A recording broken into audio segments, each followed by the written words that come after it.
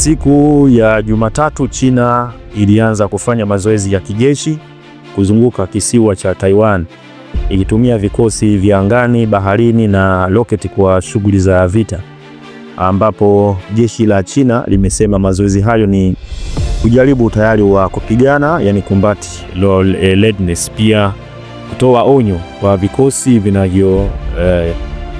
vinavyotaka kutenganisha Taiwan na serikali kuu na nchi za nje ambazo zinajaribu kuingilia mambo ya ndani ya Taiwan. Hapa tunazungumzia hasa Marekani pamoja na Japani, ambao waliweza kutoa Japani iliweza kutoa kauli tata kupitia kwa waziri wake wa Sanai Takaichi, kama tutakapokuja kuona hapo mbele.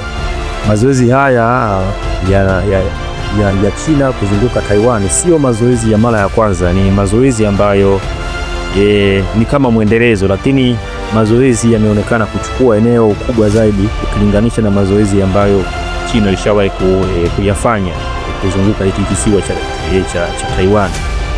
Sasa haya mazoezi yanakuja pia kufuatia mauzo ya silaha ya Marekani kwa Taiwan ambayo yanagharimu kiwango cha takriban dola bilioni 11.1. Mpango mkubwa wa uuzaji wa silaha ambao uliibua malalamiko makubwa kwa China ikilaumu Marekani.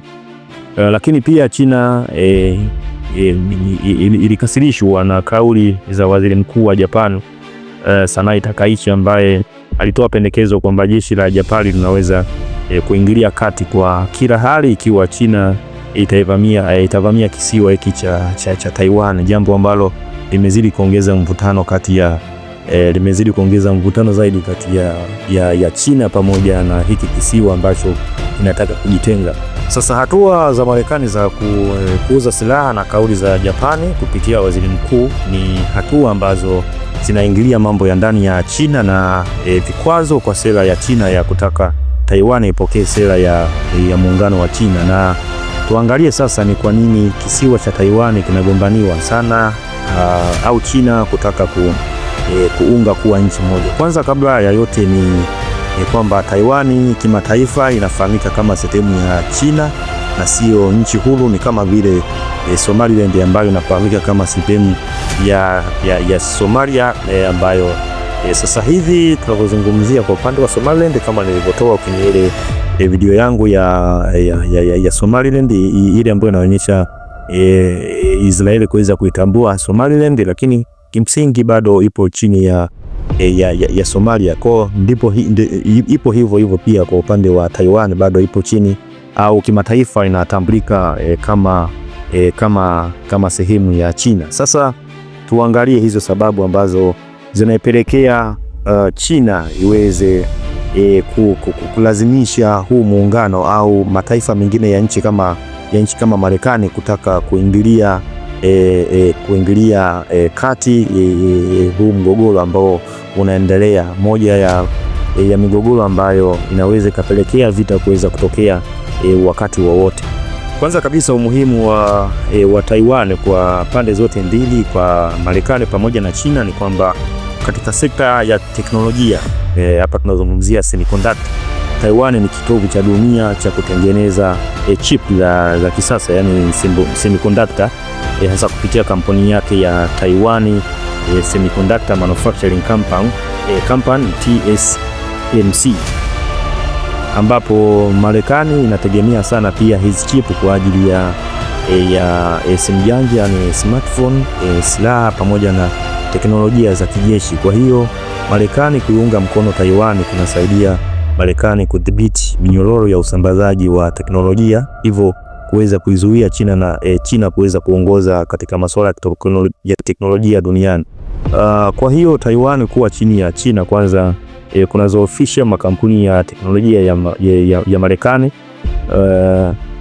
kitu ambacho kinapelekea China kuweza kupata faida kubwa kiuchumi, lakini pia kiteknolojia. Kwa hiyo Marekani inaona Taiwan kama ngome ya kuweza kuzuia China kuwa na nguvu kubwa ya teknolojia duniani.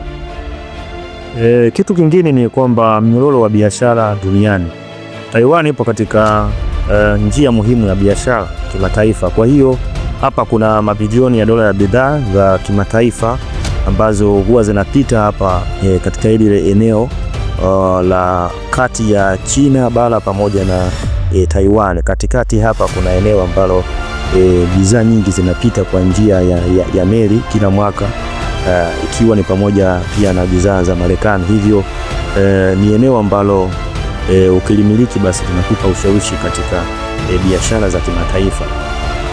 Na katika bara la Asia, moja ya washirika wakubwa kabisa wa Marekani ni pamoja na Japani na Korea Kusini. Kwa hiyo kwa kauli za waziri mkuu wa Japan Sanae Takaichi hapa ni kwamba wa Japani hapa Japani inajaribu kutumika na Marekani kwa ajili ya kuweza kupambana na China kwenye masuala mbalimbali ya teknolojia, kiuchumi, kwa kupitia Taiwan, kwa sababu Japani kuna eneo ambalo lipo karibu kabisa na hiki kisiwa cha Taiwan ambalo Japani imeweza kuweka silaha zake kwa ajili ya kuweza kufuatilia mambo mbalimbali yanayohusu masuala ya ulinzi wa nchi, kitu ambacho China inaona yenyewe ni kuweza kuingilia pia masuala ya ndani ya Japani. Na kama nilivyosema, Japani ni moja ya mshirika mkubwa wa Marekani, kwa hiyo hapa anatumika kwa ajili ya kuweza kutimiza malengo ya Marekani ndani ya China. Ni hayo yanayoendelea duniani. Hii ni Nyakapala Digital na mimi ni Haruni Nyakapala. Kama hujasubscribe, unaweza kusubscribe ili usipitwe na taarifa na uchambuzi kama huu mara tu ninapotoa. Tukutane